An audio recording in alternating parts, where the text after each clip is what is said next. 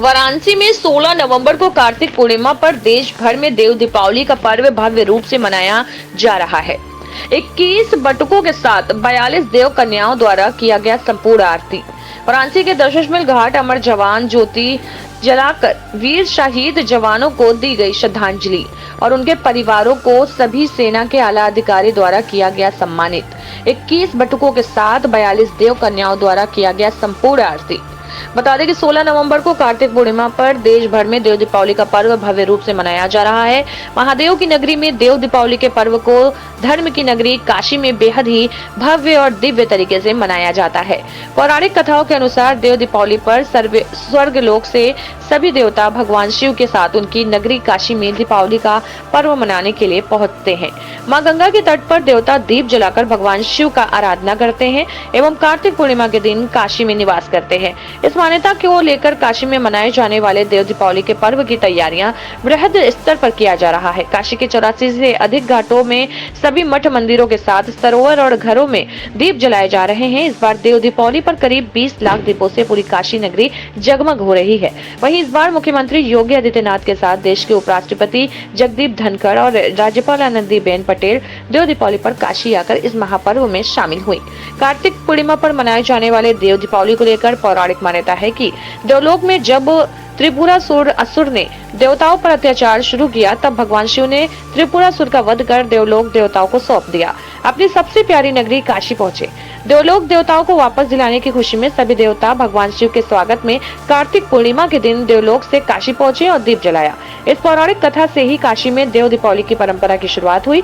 मान्यता है कि कार्तिक पूर्णिमा के दिन पवित्र नदियों में स्नान कर दीपदान करने से लोगों को पुण्य की प्राप्ति होती है। काशी में देवताओं के इस दीपावली के शामिल होने के लिए देश ही नहीं विदेशों से श्रद्धालु खींचे चले आते हैं। देखिए, हर वर्ष की बात इस बार भी काशी में देव दीपावली का उत्सव बहुत ही हर्षोल्लास के साथ मनाया जा रहा है और यह सौभाग्य की बात है कि आज इस अवसर पर हमारे साथ हमारे देश के राष्ट्रपति महोदय साथ ही अन्य विभूतियाँ भी यहाँ पर तैनात हैं। इसको देखते हुए एनडीआरएफ ने भी सुरक्षा के पुख्ता इंतजाम किए हैं। हमने 10 टीमों की तैनाती की है, जिनको प्रत्येक घाट जो है जोन में डिवाइड करते हुए उन टीमों को तैनात किया हुआ है। सभी टीमें जो हैं हमारे विशेष उपकरण होते हैं धूप से बचने के लिए, लोग जो नदी में हैं उससे बचाव करने के लिए FWR इक्विपमेंट्स हैं, उनके साथ तैनाती आ जाती है। इसके अलावा 2 टीम हमने रिजर्व भी रखी हुई है। इन केस भगवान न करे ऐसा कुछ हादसा हो जाता है कि हमें तत्काल वहाँ पर अपनी सहायता भेजनी है तो रिजर्व टीम भी है। 10 लाखों की ज़्यादा की संख्या आने वाली है घाटों पर, स्पेशल कोई प्लानिंग?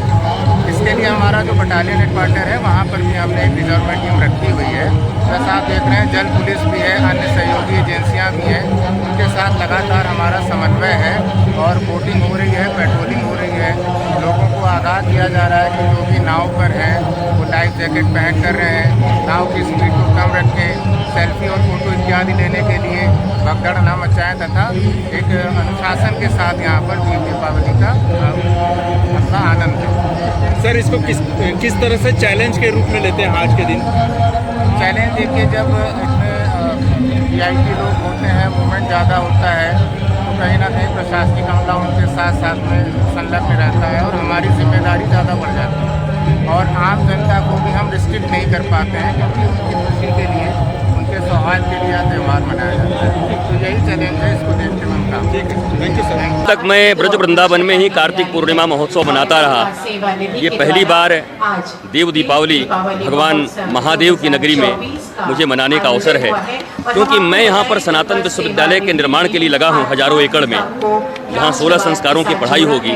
और आज ये देव दीपावली पहले भी मनाई जाती थी, पर बाह्य स्वरूप इतना दिव्य और विहंगम है, यह योग्य लोगों के होने के कारण है। पर आंतरिक अंधकार भी मनुष्य का दूर हो, जैसे देव दीपावली में दीपक जल रहे हैं, वैसे ही ये ज्ञान दीप जले और भारत से अज्ञानता का अंधकार दूर हो। सनातन संस्कृति का मौलिक स्वरूप सर्वे भवन्तु सुखिनः सर्वे सन्तु निरामया और वसुधैव कुटुम्बकम, यह ज्ञान के द्वारा ही संभव है। और काशी ज्ञान की भूमि है, गंगा जी ज्ञान की ही मान्यता रखती हैं। तो ये अद्भुत अवसर है, शब्दों में नहीं बता सकते, पर ये कह सकते हैं आकर मेरा हृदय और रोम रोम भी जागृत हो गया। यहाँ पर बहुत आनंद हो रहा है। समय समय पर इसी गंगा को भी चैलेंज के रूप में भी लोग दे देते हैं और सनातन को भी चैलेंज दे देते हैं, क्या कहेंगे इस मंच से? अब देखिए कोई सतयुग से चला आ रहा है।